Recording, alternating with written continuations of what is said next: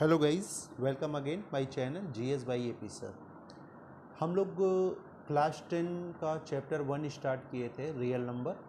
उसमें first exercise हमने complete कर लिया था। आज दूसरे एक्सरसाइज पे एंट्री करते हैं। एक्सरसाइज ये बहुत इम्पॉर्टेंट है और यहाँ से क्वेश्चंस बनते ही बनते हैं, है ना। हर साल बनते हैं और सबसे अच्छी बात है 3 नंबर का क्वेश्चंस बनता है। आप एक्सरसाइज 1 थोड़ा ध्यान से पढ़िएगा, मतलब 2 नंबर का तो बना ही बना है, लेकिन ये तो एकदम मतलब प्रायोरिटी पे लेके पढ़िएगा भैया। यहाँ से तो बनना ही बनना फिक्स है, चाहे 2023 हुआ, 24 में ही अभी देखिए पहला ही क्वेश्चन बना था जिसमें प्रूव करना था √5 इज ए इरेशनल नंबर। ये क्वेश्चन बना है ना 2024 के पेपर में, ध्यान से देखिएगा, पहला क्वेश्चन वही है। तो ध्यान से देखिए कैसे इस क्वेश्चन को टैकल करते हैं। समझ में आ गया, बड़ी अच्छी बात है। नहीं समझ में आया तो 2 से 3 बार उसको रिवीजन करके तैयार करना, क्योंकि क्वेश्चन फिक्स है, 3 नंबर में ही बनेगा। पहला क्वेश्चन है इसका, जहां पे दिखाना है √5 इज इरेशनल नंबर, ये प्रूफ करना है। तो मैंने आपको पहले लेक्चर में ही बताया था कि दुनिया में 2 ही तरह का नंबर होता है, या तो रेशनल होता है या तो इरेशनल। रियल नंबर, दुनिया में जितने नंबर हैं उन सबको रियल बोलते हैं, और रियल नंबर 2 ही पार्ट में टूटा है, एक रेशनल और दूसरा इरेशनल, है ना। दुनिया में 2 ही तरह का नंबर ही है। अगर कोई नंबर रेशनल है तो वो इरेशनल नहीं, अगर कोई इरेशनल है तो वो रेशनल नहीं। इसको दिमाग में हमेशा के लिए बैठा लो। प्रूफ मुझे क्या करना है कि √5 इरेशनल नंबर है। मैं क्या मानूंगा कि √5 रेशनल नंबर है, और लास्ट में मैं दिखा दूंगा कि जो मैंने एज्यूम किया वो मेरा एजम्पशन क्या है, गलत है। यानी √5 कभी रेशनल नंबर नहीं हो सकता। अगर वो रेशनल नंबर नहीं है तो क्या है, इरेशनल, क्योंकि मैंने बताया दुनिया में 2 ही तरह का नंबर होता है, एक रेशनल और दूसरा इरेशनल। ये कह रहा है दिखाओ इरेशनल है, मैंने मान लिया चलो इरेशनल नहीं है, इरेशनल है। फिर लास्ट में मेरा एजम्पशन में क्या करूंगा, गलत करूंगा। और अगर जैसे ही एजम्पशन मेरा गलत होगा तुरंत ये प्रूफ हो जाएगा कि भैया वो रेशनल नहीं है, वो क्या है, इरेशनल। तो पहला सेंटेंस लिखते हैं, लेट √5 इज रेशनल। हमने क्या माना, √5 को क्या है, रेशनल है। अगर √5 रेशनल है तो √5 को p/q के फॉर्म में रिप्रेजेंट कर सकते हैं, जहां q 0 के इक्वल नहीं है। ठीक, अब यहां से ध्यान से सब देख लो क्या क्या स्टेप है। p इक्वल टू क्या हो जाएगा, √5q। क्लियर। अब क्या करोगे, स्क्वायरिंग ऑन बोथ साइड, यानी दोनों तरफ का क्या किया जाएगा, square on both side. Square जैसे करोगे तो p का स्क्वायर p, √5 का स्क्वायर और q का स्क्वायर, तो p स्क्वायर इक्वल टू √5 का स्क्वायर क्या हो जाएगा, 5, और q स्क्वायर, यहां से मुझे पता चल गया q स्क्वायर इक्वल टू हो जाएगा p²/5 होगा। ठीक, यानी इससे मुझे पता चला कि p square is divide by 5। p की स्क्वायर 5 से क्या है, डिवाइड है। अगर p स्क्वायर 5 से डिवाइड है तो p is also divide by 5, p भी क्या होगा, 5 से डिवाइड होगा। ठीक, अब यही देखना है, यही से अब कंट्राडिक्शन करूंगा। क्या मैंने क्या दिखाया कि p 5 से कट रहा है, अब मैं ये दिखाऊंगा कि q भी 5 से कट रहा है। और आपको पता होना चाहिए रेशनल नंबर का एक रूल है, रेशनल नंबर में जो नंबर आता है ना, ये केवल और केवल 1 से ही कटना चाहिए और किसी से नहीं। और मैं क्या कह रहा हूं कि जो रेशनल नंबर आया है ये 1 नहीं बल्कि 5 से भी कट रहा है, और ये रेशनल नंबर के डिफिनेशन को सरासर क्या करेगा, गलत करेगा। और हमारा जो एजम्पशन है कि √5 इज रेशनल, वो सरासर क्या हो जाएगा, गलत।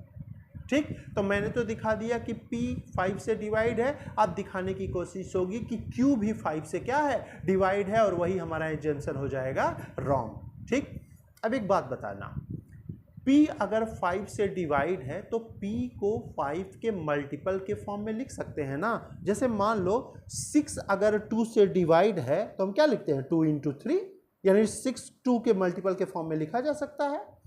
10 अगर 2 से डिवाइड है तो 10 को हम लोग 2 के मल्टीपल के फॉर्म में लिखते हैं, 2 × 5। ऐसे ही ठीक, अगर p भी 5 से डिवाइड है तो p को भी तो हम लोग 5 के मल्टीपल के फॉर्म में लिख सकते हैं, 5 पे मान लो, है ना। फिर क्या करेंगे, फिर वही काम, squaring on both side, squaring on both side. Clear.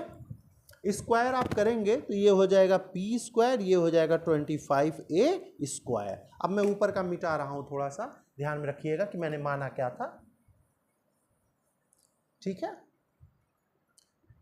एक लाइन की मुझे यहां जरूरत थी, वो लाइन था P square equal to 5q square, है ना। इस लाइन मैंने लिखा था ना वहां पे, जहां पी स्क्वायर डिवाइड बाई था, ये डिविजिबल है, मिट गया ज़्यादा ही।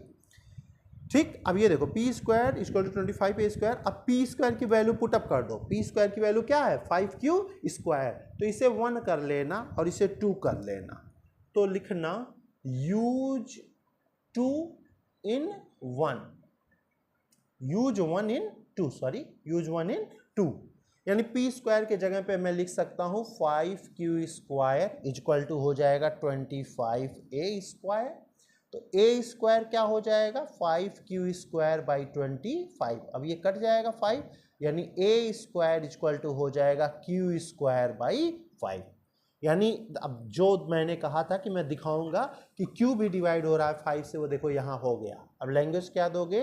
q square is divide by 5, means q is also divide by 5, q is also divide by 5। अब इससे क्या पता चला? For both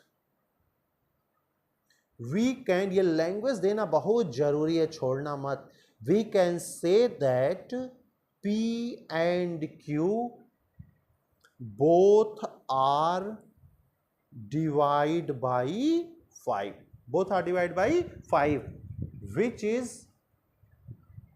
not possible according to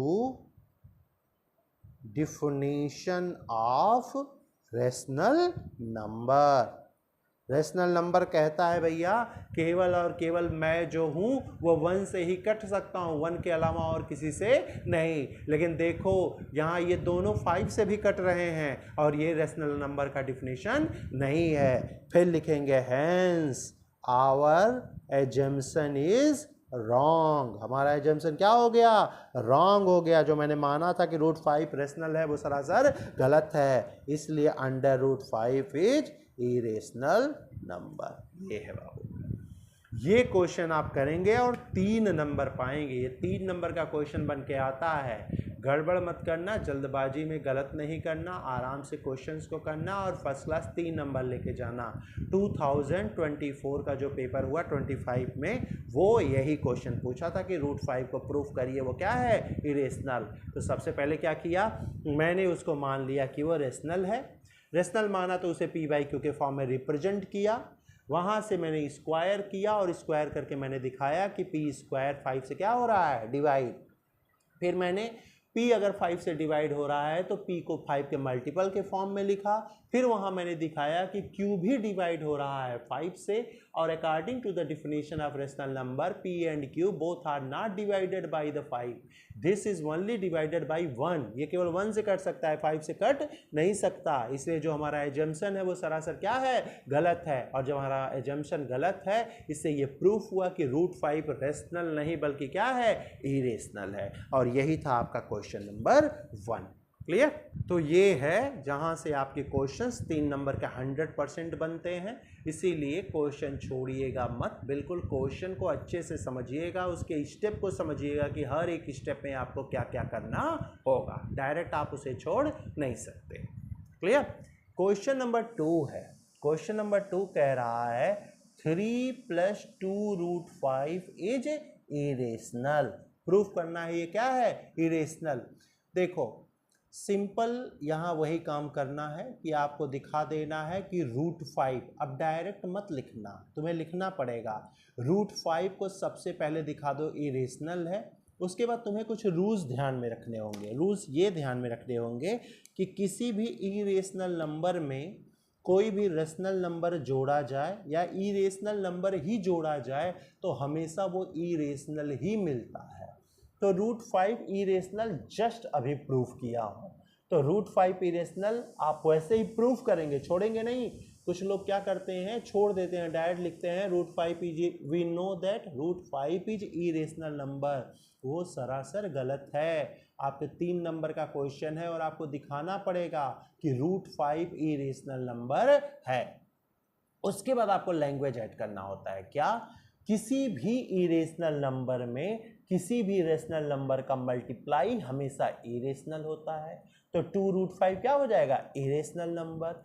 फिर लिखोगे वी नो दैट कोई भी नंबर जब इरेशनल में जुड़ता है तो भी वो इरेशनल ही होता है, और यही कारण है 3 + 2√5 क्या हो जाएगा? इरेशनल हो जाएगा। ये ध्यान में रखना, फिर से बता रहा हूँ, √5 को इरेशनल दिखाना होगा। डायरेक्ट √5 इरेशनल है ये सेंटेंस मत लिखना, वो दिखाना बहुत जरूरी है।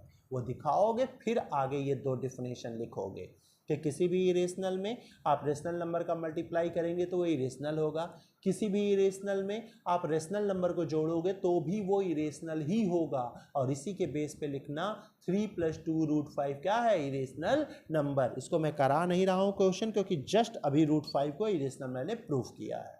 ठीक, तो एक आपका सिंपल हो गया, एक प्लस हो गया, एक इनटू वाला आपका एक क्वेश्चन और बचा है। एक इनटू मैं आपको बताऊंगा कि इनटू वाले को कैसे इरेशनल प्रूफ करना होगा, ठीक, और वो डिस्कस करूंगा मैं नेक्स्ट वीडियो में। इसका बढ़िया से रिवीजन कर लेना।